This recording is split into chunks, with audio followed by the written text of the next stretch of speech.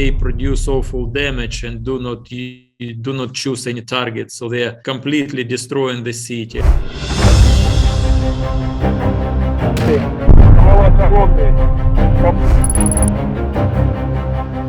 The next 10 days are going to determine the outcome.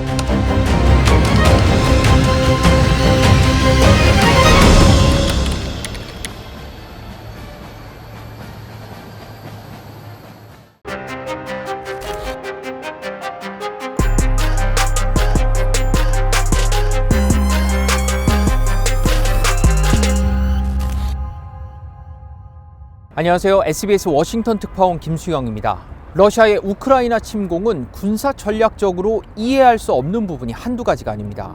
러시아군은 우크라이나군의 강력한 저항에 놀라 주요 도시에 여전히 진입하지도 못하고 외곽에서 포격과 공습으로 잔인하게 민간인들을 살상하고 있습니다. 러시아 군장비들은 아무런 은폐물도 없이 도로에 길게 늘어서 있어 우크라이나군의 공격을 받고 파괴되는 장면이 고스란히 노출되기도 했습니다. 도대체 러시아군의 전략은 무엇이었을까요? 이 내용을 분석하기 위해 벤 호지스 전 주 유럽 미군 사령관을 인터뷰했습니다.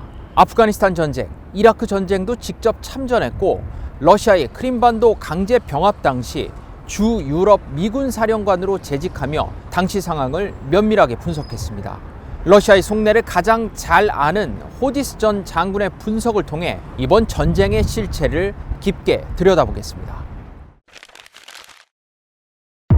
러시아군에 대한 평가부터 물어봤습니다. How do you evaluate Russian military operations so far? The Russians have underperformed against expectations, and the Ukrainians have exceeded expectations. We're seeing this, all their vulnerabilities are being exposed by the first time ever exposure to real combat. 푸틴의 침략 전쟁은 결정적인 전기를 맞고 있다고 진단했습니다. 앞으로 10일 안에 전쟁의 승패가 갈릴 거라고 전망했습니다. I think that we are in the decisive point of the campaign right now. And I believe that Russia is going to culminate within the next 10 days. Culminate means they run out of steam. They no longer have the people, the energy, the ammunition. 열흘 동안 우크라이나군이 버티면 전쟁의 승산이 있다는 얘기일까요? After 10 days, is there any possibility Ukraine win this war? Yeah, I think so. Here's the caveat. We have got to accelerate the delivery of things that Ukrainians need. Like it needs to be on the same intensity as the Berlin airlift. 1940년대 후반 소련이 봉쇄한 서베를린에 서방 연합군이 물자를 공수했던 베를린 공수작전처럼 이번에도 서방 국가들이 우크라이나에 전쟁에 필요한 물자를 공급한다면 가능하다는 얘기였습니다. After about 10 days, I think you begin to see this in terms of the logistics for the Ukrainians gets better with each day. For the Russians, it gets worse. 단기전을 예상했던 러시아가 강력한 우크라이나의 저항에 직면하면서 준비한 전쟁 물자를 거의 소진해 간다는 분석이었습니다.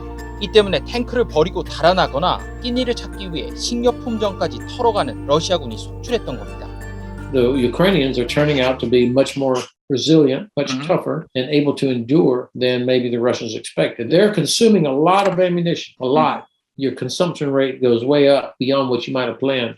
자신이 참전했던 이라크 전쟁에서도 긴 동선 때문에 미군도 애를 먹었을 정도로 전쟁 물자 보급 문제는 까다롭다고 호지스 전 사령관은 말했습니다. The weight, the bulk, the time to bring everything is very difficult. We struggled in the first few weeks of the war in Iraq in 2003. The supply line ran from Kuwait all the way to Mosul.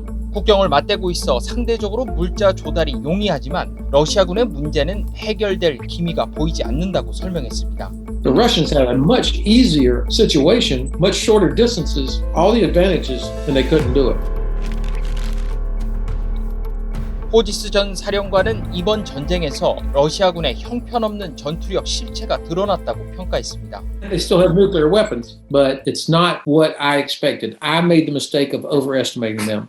키이우를 에워싸고 있는 군장비의 긴 행렬은 군사 전략적으로 치명적인 약점을 노출시킨 거라고 설명했습니다. If they had real experience, they would have known that you cannot use one road for a convoy. I mean, that's a brand new lieutenant would know you can't do that.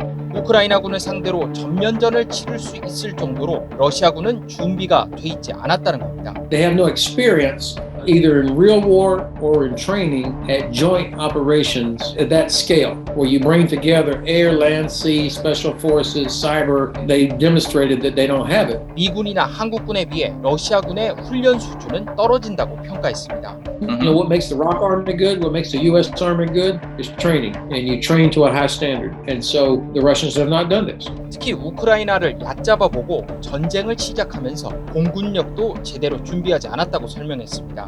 They are pretty confident that the Ukrainians could not do anything to them. I mean, this is where the lack of not having enough drones, not having enough air power. 러시아군이 보유하고 있는 군사력 자체도 믿을 수가 없다는 게 증명됐다고 말했습니다. Decades of corruption inside the defense industry, and the numbers of how many people they have, it's clearly a fake, hollow number. I don't know how many of the aircraft actually are able to fly. 러시아가 민간인 거주 지역을 골라서 타격하는 이유는 뭘까요? 호지스 전 사령관은 러시아는 민간인 대량 살상으로 항복을 받는 중세 시대의 전쟁을 한다고 비판했습니다. I think they believe that if they just sit back and destroy the city, that eventually the cities will capitulate. This is medieval siege warfare. 우크라이나 남부도시 마리오폴은 러시아군의 공습과 포격으로 민간인 2,500명이 숨졌습니다. We realized that at least 150 people are killed each day. We opened first mass grave and buried there 47 persons. Russian troops does not allow to go outside the city, and our places for burying private graves. 이렇게 공격하면 서방 국가들도 민간인 피해 때문에 물러서게 할 수 있다는 계산이었다는 겁니다. And to put pressure on the rest of Europe and on the U.S. to say, dear God, please stop this. We'll do anything to stop the killing of civilians. 이런 민간인 대량 살상 행위는 러시아가 그동안 일으켰던 전쟁에서 똑같이 반복됐다고 설명했습니다. This is who they are. I mean, they did this in Chechnya. They did this in Syria. They don't care about civilian casualties. They never have.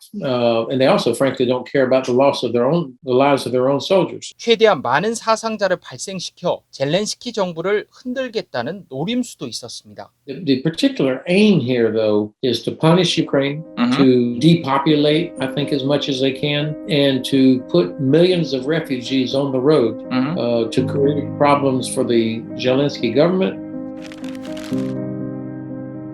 우크라이나군의 강력한 저항에 부딪히면서 러시아는 포격과 공습은 하고 있지만 전면적인 군사 충돌은 피하고 있습니다.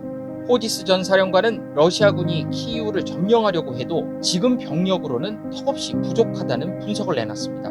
키이우는 서울 면적보다 1.4배나 클 정도로 대도시입니다. But the problem for the Russians is that they don't have enough people. I mean, Kyiv is a massive city. It will take a lot of people to actually encircle it. I don't see how they capture Kyiv. 러시아군이 항구 도시 마리오폴을 에워싸고 집중 포격을 하면서도 아직 도시를 장악하지 못한 이유와 같다고 설명했습니다. 이런 국면이 장기화되면서 러시아도 협상에 관심을 가질 수밖에 없을 거라고 전망했습니다. I would expect that at some point, then the negotiations have to take place, and the Ukrainians will be in a much better position for negotiations. 지금까지 러시아군이 보여준 모습은 군대라기보다는 민간인을 학살하는 야만적 폭력 집단에 가까운 모습이었습니다. 이번 전쟁이 끝나면 러시아는 전범 국가라는 불명예를 안게 될 게 확실시됩니다. 모든 계획이 엉망진창이 되면서 그저 우크라이나를 파괴하는 데 열중하고 있지만 푸틴 자기 자신은 물론 러시아에도 회복 불가능한 큰 피해를 입히고 말았습니다. 김수영의 워싱턴 인사이트는 여기까지입니다.